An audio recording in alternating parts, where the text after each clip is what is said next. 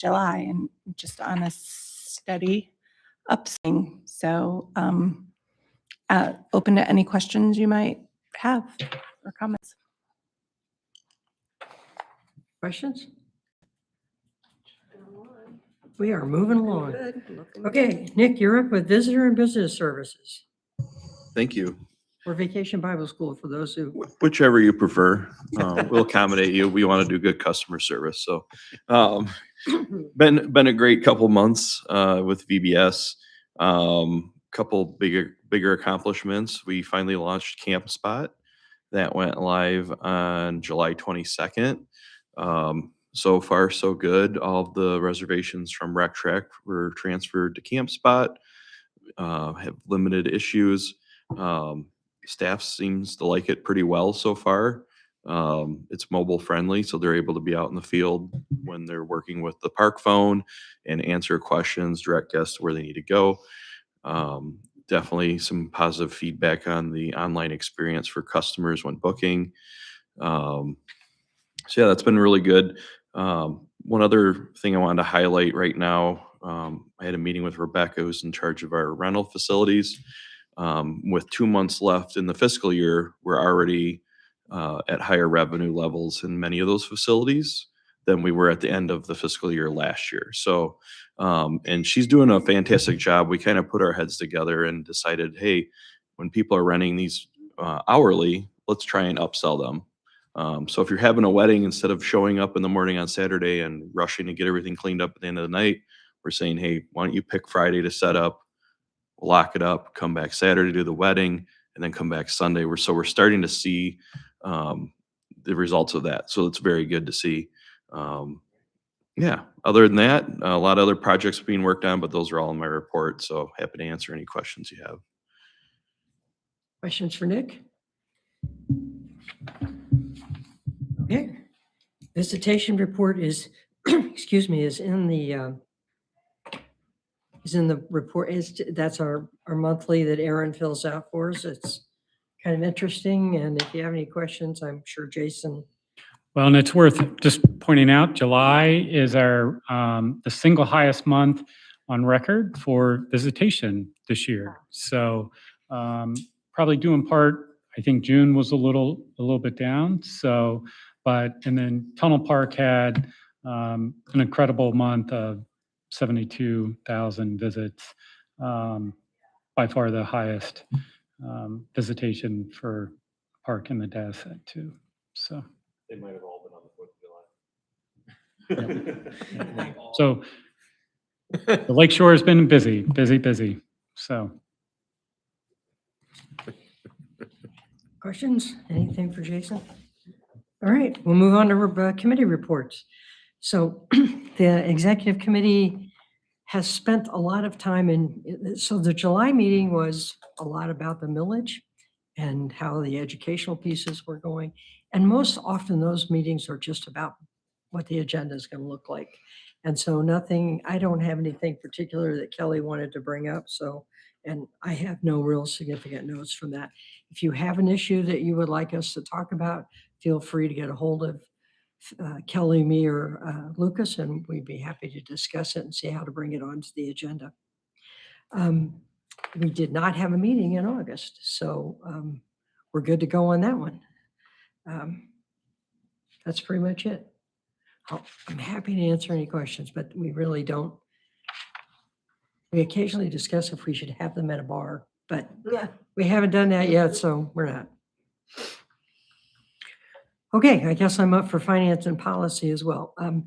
Mostly since the budget has been passed and we've moved that on, we're not really talking a lot about finance. We will be doing some budget adjustments in November, depending on what happens with the November millage. Otherwise, we're okay with what we have passed now. So there's no concern. Finance is not concerned. Brandy's happy with us. Karen's happy with us. So that's all good. We have been working on reevaluating the park rules. We are going to hold off on that until later in the fall, probably December or January, when we go back to look at those before the start of next season, just to have everybody take a breath with the millage work and all of that. And we'll get back on that. And you will all be engaged in that as well.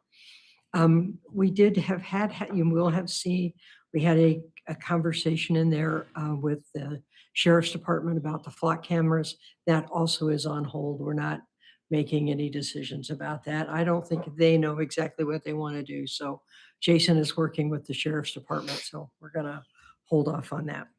And other than that, it's pretty kind of a quiet time of the year. We're ready for next year. We haven't finished this year. We're just kind of holding off. I'm happy to answer any questions. Okay, done for me. Okay, now we have the Planning Committee. Lucas, you're up. Thank you. As usual, great notes prepared by Kurt and Aaron. Well, Aaron wasn't there, so I'm not sure how he submitted these, but Kurt did a great job on these notes. And a few of these have migrated to the agenda today. Some of the things that were just of interest, some of the like a camping concept along the Grand River Greenway. We were kind of talking about dispersed sort of backcountry type camping. It's kind of an interesting conversation to have and to think about down there. And it kind of, I think, goes along with some of the other Grand River Greenway discussions that we're having. And the Bend Area Master Plan, that's on the agenda today. I'm happy to hear that Eagle has put the Bend Area oil wells on their radar. So pretty excited to see those get plugged. Happy to hear about the Grand Haven Dunes collaboration and having that connector trail along the lakeshore. What an awesome amenity to have there along the lakeshore. And I think that is my report. I'm happy to try and answer any questions. I think, Perfect. okay. Martin, you're up with the Parks Foundation. Yes, so I had, given that it had been 2 months, I scoured back to try to see if I had anything noteworthy to share. And I think really Katie covered it all. June was great. Yeah, we tend to not have our, the foundation board meetings in the summer because we have the breakfast, lunch, and then the race, and pick up with our committee meetings in August and then our board meeting. So So yes, thank you to all for your engagement way back in June with the breakfast and the lunch and also with the race. They went great and it's been quiet since then. So it's all good. Cool. All right. Okay, we don't have any old business, so we're going to start with the motions for the new business. So the first one has to do with the Rosie Mound expansion, phase 1 improvements, Michigan Natural Resources Trust Fund. You can read it for yourself. Do I have a motion? So move. Support the motion as written. Was it Mark? I'll support that, yeah. Okay, what would you like to discuss about it, Jason? Well, so this, it's months, this is a months-long, years-long process. So these are the grants from 2024, April of 24. So the Parks Commission, we held a public hearing, we put together a grant application. The Parks Commission supported it and the board did a resolution in support of it. Submitted that. It was recommended, reviewed by the trust fund board, and then recommended for funding in December, this past December.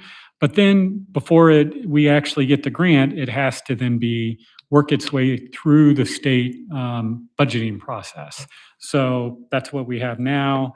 It was rolled into the state budget, which then has to be ratified by the governor, and then we get the contract. So at this point, the project's still the same project.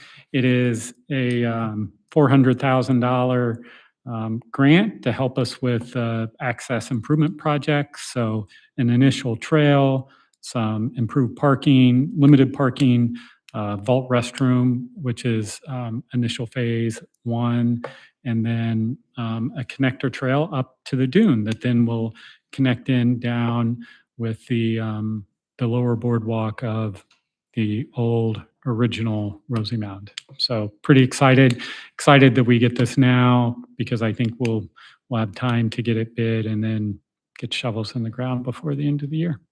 So Any questions for Jason regarding this? All right. All those in favor of the motion as written, say aye. Aye. Opposed? Okay, that one passes. Yay. Okay, number 2 is the item Explorers Trail Bass River Segment, Phase 2, also a Michigan Natural Resources Trust Fund grant. If somebody would like to make that motion. I'll make the motion as written. I'll support. Who is the support? Thanks, Bruce. Okay, Jason? who was the first and second there? It was Martin and Bruce. So very similarly, this one's another trust fund project to help with the trail. So Bass River Segment 2. So already have the capital project in place in the same timeline. This is about a 7.4 mile segment of the Explorers Trail, and again for $400,000 grant. So Questions for Jason? All right, all those in favor say aye. Aye. Opposed? Okay. As I move along, now we're up to 11C. That's the Forner Trail Easement Agreement. And you can all read the suggested motion. Have anybody willing to make that motion? So moved? Thank you, Lucius. Support? Support. Okay, discussion. Jason, you're up again. So this is the Allendale segment. So we have, we've been working away at securing a few of the easements that really are necessary. So this one is one, if you all recall, we have a consultant helping us work with those property owners to acquire this. So pretty straightforward. So this will allow for the construction of the Allendale segment. So. Questions for Jason? Where are we with the other two? I don't know that off the top of my head. But 7 out of 9, we're doing well, it Yep. sounds like, so. Doing well. Any other questions for Jason? All right, all those in favor of this motion, say aye. Aye. All those opposed? This is moving very quickly. I can't have to make So notes. you have And I'm making a note to provide an update on the remaining 2 at the planning committee next month. All right, next one is the Bend Area Master Plan Update Consultant Selection. I will say this one went through the planning committee quite strongly. There was quite a bit of discussion about this one. So anybody willing to make this motion? I'll make that motion as written. Martin? Support?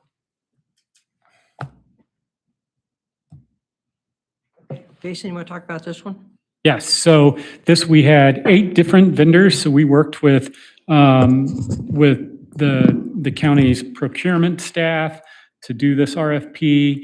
We had budgeted, when we did this acquisition, we budgeted funding in that capital project to update this master plan. So to remind everybody, the original master plan was done in, I think, 2000 and then updated in 2010. So this is an update. We did, if you all recall, we did a site-specific on the Grand Rapids gravel, a feasibility study. So this process will really be pulling that historical master plan, the feasibility, and then really looking at a robust public engagement on updating the entire site. So we've worked with Virdis before in the past. They also, some of their, we feel like they pulled together a really strong group of professionals and partners in the package. So it's a really clear work plan with detailed breakdown and costs. We have worked with them on numerous other projects, including Ottawa Sands. So similar project size, scale, and scope and relevance. And they're very embedded in the Grand River Greenway and ties into, they're also working a lot in Grand Rapids. So yeah, we feel like they also have GEI as one of their main partners doing the ecological components of that and green infrastructure planning so they've helped us with Ottawa Sands and the resiliency work that we're doing in the Grand River Greenway Coastal Corridor. So, yep, excited to move this one forward. And then the idea would be we would have a kickoff in October, and in conjunction with our dedication, we would have a dedication event, but then really sell that as the kickoff for public engagement, really try to get the public to come out and attend it and provide input for that master planning process in October, and really celebrate that site as a future, because I think a lot of people don't even know about it since it's managed as an open space. So. Any comments you want to make, Lucas? No, I just thought it was a great discussion as Yeah. well at the planning committee meeting, and I think Virtus seemed to be rise to the top as far as really understanding the project and the intricacies of the Parks Department. And so I think it's a good choice. Any other questions? Concerns? All right. All those in favor of the motion as written about the Bend Area Master Plan, say aye. Aye. Opposed? Okay. Man, I'm not going to break my record, but we're moving. You're doing great. Yeah. Well, we have a closed session, so. So now we're on to the historic Ottawa Beach walkway retaining wall repairs. Is this a bit new for everybody, maybe? So, yes and no. Okay, so there's a suggested motion. Is anybody willing to make that? Also move. Jane? Yeah. Thanks, Bruce. Go ahead, Joe. All right, Jason, you're up again.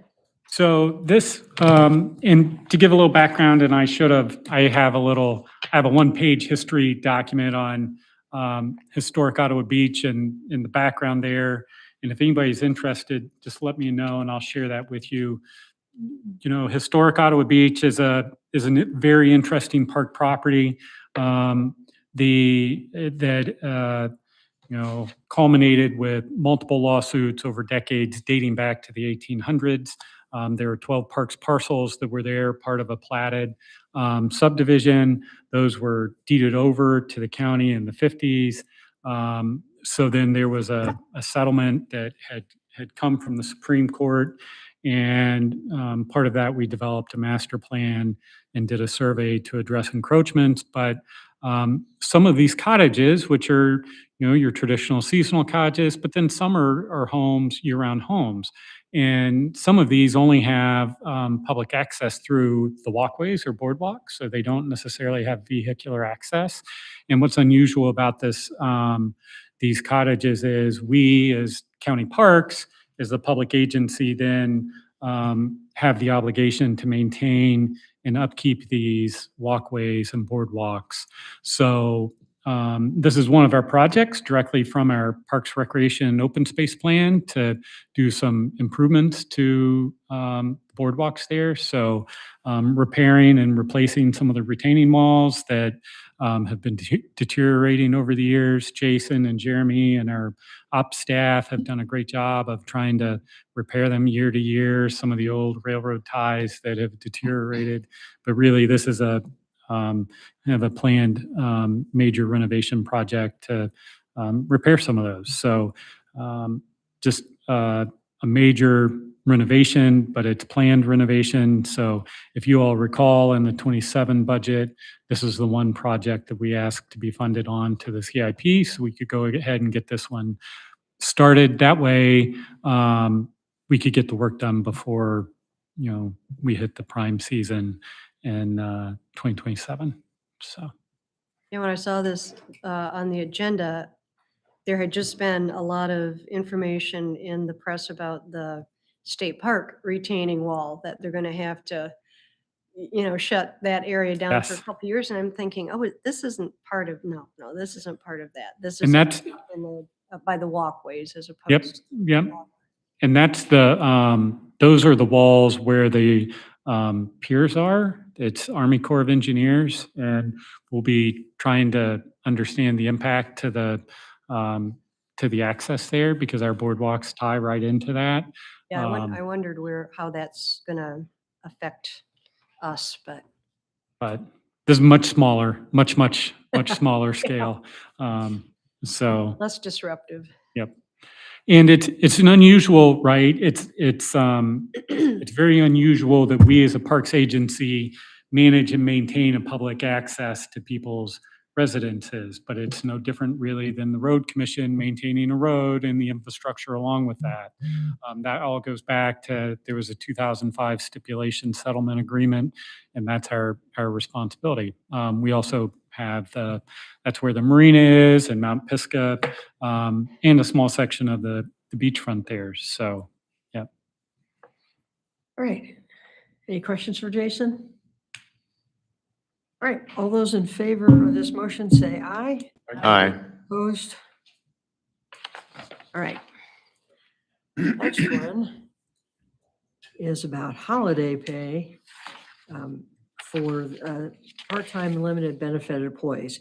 And there's a whole bunch of discussion about this, but if somebody will make the motion and we can move forward on that. Came out of finance, I would do it, but since I'm sitting here, I can't. I'll move it. I'll support it. Thank you, Joe. Jim and Joe. JJ, Jim and Joe. Okay. Nick, is this yours? Sure. You want to do it, Jason, or do you want me to? I'll let somebody else have a chance. Okay, So we fine. can catch up. Yeah, happy to fill everyone in. So, long story short, we were trying to correct a issue with payroll regarding holiday pay for event venue staff. It's always been an understanding that over the years that event venue staff had to work on Thanksgiving, Christmas, New Year's, and they needed to be paid as such. Something happened at some point years back with payroll, and it wasn't happening. So we went to fix that, and that kind of broadened the discussion of, well, maybe we could do that for everyone else. See what that cost looked like. So we crunched the numbers. It's not significant. It's $13,166 for paying every seasonal and part-time limited benefit person time and a half rate for every holiday that normal full-time county employees get a paid day off. I will say that I think it would go a long way with our seasonal staff. In addition, it could also allow us to offer a little more. I'm thinking this year, if this were to go through, we would try to be open New Year's Day at Pigeon, right? So trying to expand some of the offerings to the public in the parks. We now have the campground that operates year round. So last year we had somebody work on Christmas Day. They're happy to do so. But Christmas and Thanksgiving are very popular in the rental facilities, and as well, 4th of July, Labor Day, Memorial Day is a busy time of the year for park staff. So we can certainly do it financially. I think it would be a huge benefit. Talking with HR, they seem to be in favor of this if the Parks Commission wanted to move forward along with county administration. So that's kind of a little background on it. Happy to answer any questions you all may have on that.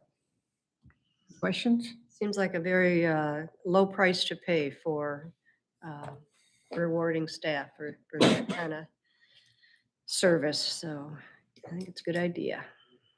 I agree. It seems like a very low price to pay for the people who are really making these places accessible on those popular days that are tougher to find people available to work. So I fully support. And they work very hard on those days because it's the busiest time of the year, right? So it'd be great. Great. I actually really think that we're going to switch from having to beg people to work on that holidays to having people who ask to work on those holidays. I think there'll be like a light switch. I think it'll change. I think that's absolutely true.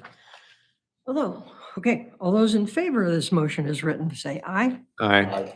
Opposed? Excuse me. Okay, the next one is Jason got his breath. So this is this is regarding the communication that we got regarding a cell phone tower from Ferrisburg. And so this is the motion as written. I'm not going to read it all to you. But if somebody would make that motion and support, we could discuss it. I will make the motion as written. Thank you, Martin. Support. Thank you, Bruce. All right, Jason, you want to talk about this? So in this, to give a little bit of background, we received an email that was included earlier in the communications from the mayor. And we had a number of emails back and forth, but really the way the request was formally written, and since it was written to the Parks Commission, just through conversations with executive committee, felt like it was worthwhile to have the Parks Commission formally recognize the request and formally respond, but still working on trying to get a date set up to sit down and work through what are the options there. And because it's not quite as simple as allowing it to happen, there will be quite a bit of time and resources invested into any of that, and then ensuring that any future use cell phone tower wouldn't then like put our grant, or whether it's trust fund or land and water conservation fund or any other grant process through the state in jeopardy. So just making sure we're proactive in identifying any of those concerns. So I think, my understanding is the Parks Commission's not opposed to it, but would like to work collaboratively on moving it forward. So. I think this, when we discuss this in policy, I guess maybe in planning too. The concern, the reason to say no right now was we actually think they should be talking to Paul and the strategic planning people, because telecommunications is kind of your thing. And we also thought they should be coming through the Board of Commissioners, not just come to us and say, can we have a part of the park? And then us try to convince other people that they can have a part of the park. So it's not that we're opposed, but we just think that there are other people better suited to have that discussion before we have a discussion. Well, and as a local jurisdiction, they have, if they determine there's a public safety issue, they have powers as a public jurisdiction to acquire land to address public safety issues that we don't as a parks agency. And so I think and if there would be a tower that would be located in the park or on the park property, we would need to address, a land to replace that, to ensure there isn't a future conversion. And that will have some cost associated with it. And we would need to want to work through who would be responsible to pay for that and lead that initiative. So yes, and so I think the initial request made, we just need to formally respond to that and then continue to work with the city. I see the draft letter in the packet to the mayor says potentially result in conversion. Do we know the details of that? Have you connected with the trust fund and the grantors to learn this, and what have they provided in writing? So they have said that there are mechanisms to work through allowing a tower on a site that has trust fund or land and water conservation fund contractual restrictions. However, there's not a guarantee that there wouldn't be a conversion required in the future. So as part of what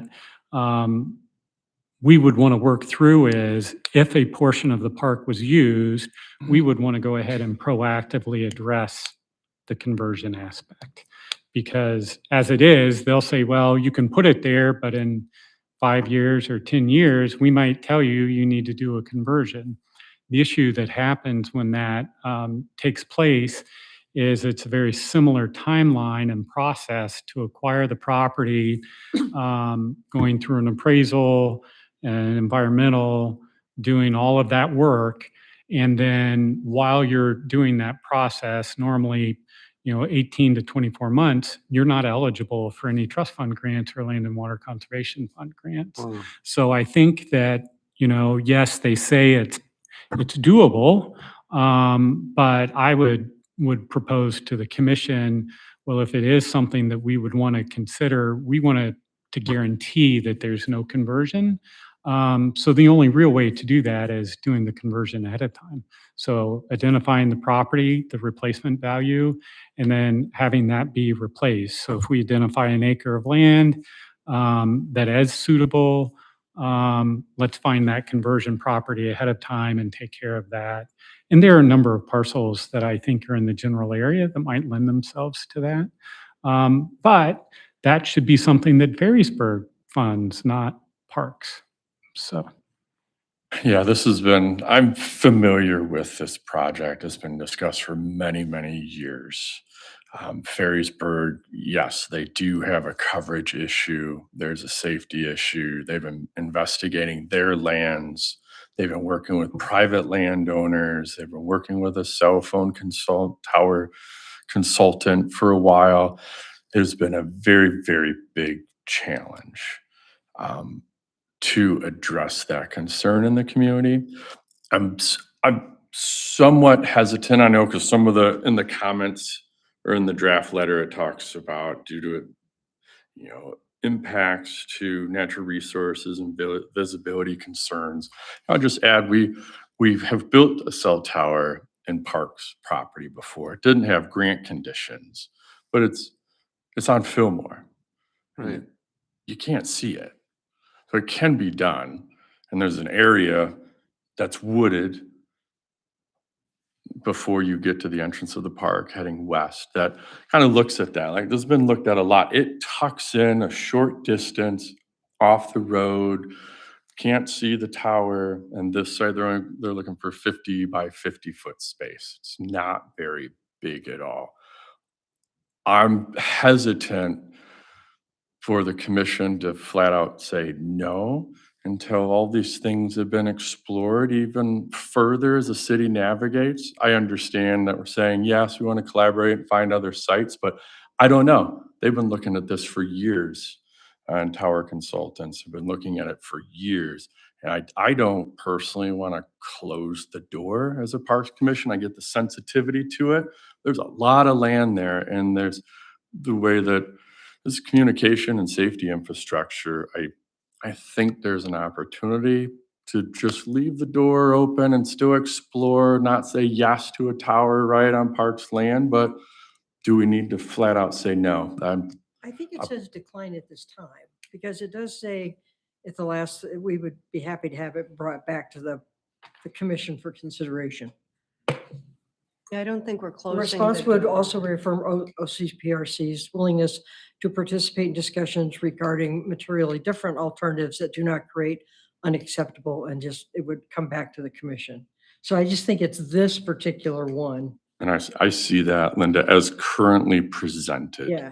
Yes. Okay, as long as that's a good distinction, because they may need to come back. Right. To support our absolutely. residents in this connectivity and safety space. I want us to all be open to that and recognize that we've built towers in parkland before, and you can make it work. It doesn't take that much land. I'd be interested in just a real brief overview too, and this is probably specific to different sites, but what the impact on the sensitive natural resources would be, in that particular area. What are we concerned about it damaging? So I think that's just another aspect that it's not obvious to me, not being a, natural resources expert, but it'd be helpful to know what would be most concerning in terms of the flora and fauna in that area. I think if we decline this offer, whatever they're calling it, Request. this request, it gives us all time to ask those questions and see and then they can come back. I mean, we're not saying never. I don't think the intent was to give a response from the commission to the mayor who made the request. His request, we can't act on. We can't. So to respond to that, but then leave the door open for continued collaboration. So there is a pretty notable difference between Ottawa Sands and the property here in Pigeon Forest. So Pigeon Forest is an open space. It didn't require Parks Commission approval to build a cell phone tower there because the county retains the ability to use that property. So yeah. But I think the other part of the other reality, I believe, is that if we have let's just use AT&T or Verizon or whoever else, a cell phone tower developer who their main priority really is building cell phone towers for profit, right? I think their business model is to generate revenue. A site there, if this is a public safety concern, finding a compromise that works for everybody might mean it's less desirable for a third-party cell phone developer, meaning a public agency, Ferrisburg, the county, might need to help cover part of the cost of that site. If it's a less desirable for Verizon's going to try to find the site that they can generate, right? Have the least maintenance, have the best access, and the biggest return on their investment. That might not be the most suitable site that works there. But I think that's why we need to sit down and work more collaboratively, which isn't what the mayor asked us to do. He asked us to convert it and make it available for a cell phone tower, which we can't. Well, and he knows from what you communicated with him too, Jason, that there are those risks with the trust fund grant and the land and water conservation. Yes. So he has at least some appraisal of those issues that we have on our side to deal with. So. And the restrictions that they have on Coast Guard are very similar to the same restrictions that we have on Ottawa Sands. However, the land and water, the public lands to park is less flexible and don't leave the door open for cell phone towers. And that's why they reached out about Ottawa Sands, but it's still very similar restrictions. So, and I think what we want to try to do is identify how to minimize the impact as much as possible, address if there is a safety concern. They have tools in at their disposal that we as a public parks agency don't, for acquisition of land, for public safety purposes. And and then make sure that it's truly a partnership moving forward, right? So. And go along with what Paul had said earlier, they've been working on this for a long time in the packet, and I don't know if I can even find it on my computer today, but there was a comment about someone's land that maybe that might be available for that.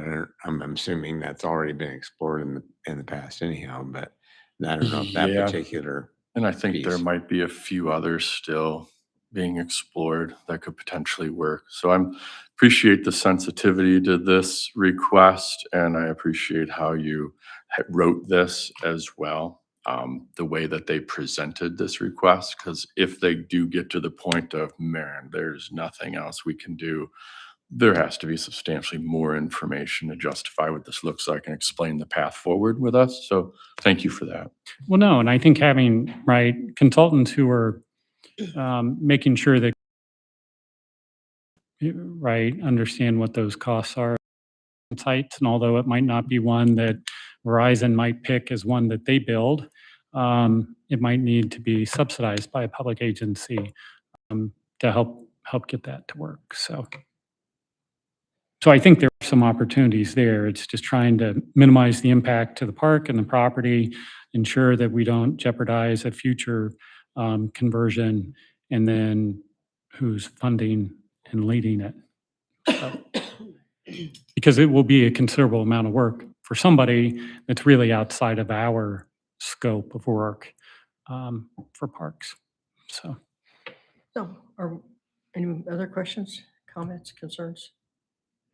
Okay, so if we'll take a vote on this motion as written, and it's written to decline, so be clear about what you're voting for.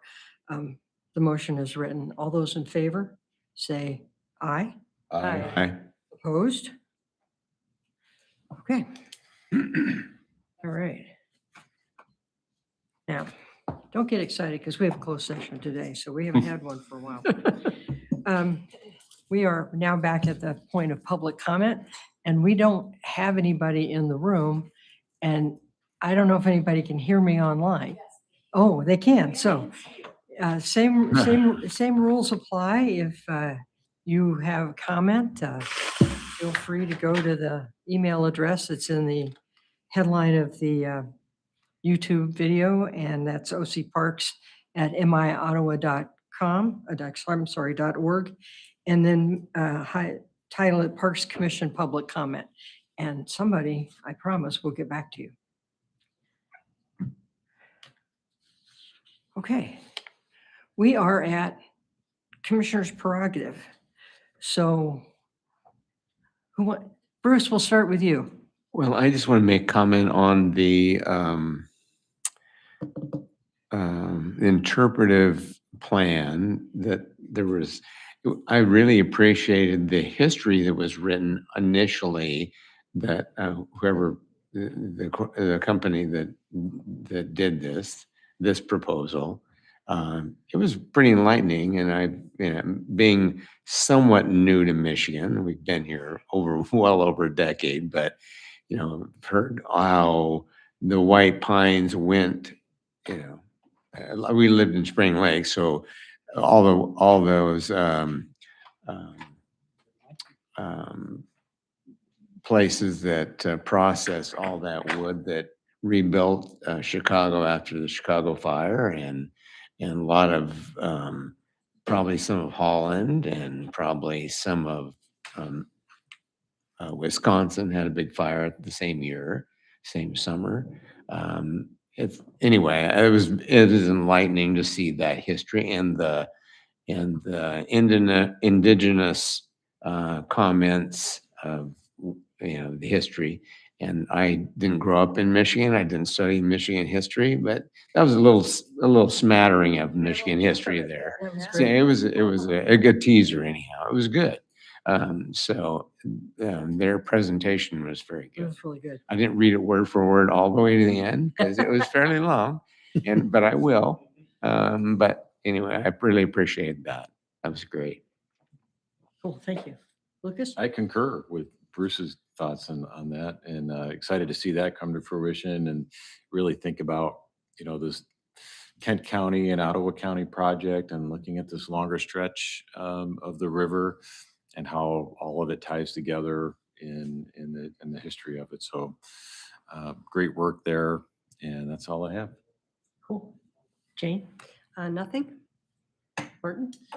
I will simply note that I have had the opportunity to travel to some pretty cool places in the last 2 months, far flung from Ottawa County and some close to Ottawa County, and greatly appreciated my time there. But coming back home and seeing the things that we have right here in Ottawa County and how great they are, and how many people are so excited to spend their, summer part of their year coming out to see the parks in Ottawa County, it's pretty awesome. So thank you all for making that happen. Jim? Joe? I got nothing. Paul? Okay, I actually have two things. First, I really want to thank the staff for all of the educational work that they did for the millage. That is not easy work. And now they're going to do education again over the next few months until we get to Round two. November. Round two. Round two. It'd be nice if we had only had to do one round, but we are doing round two. So first want to thank them a lot.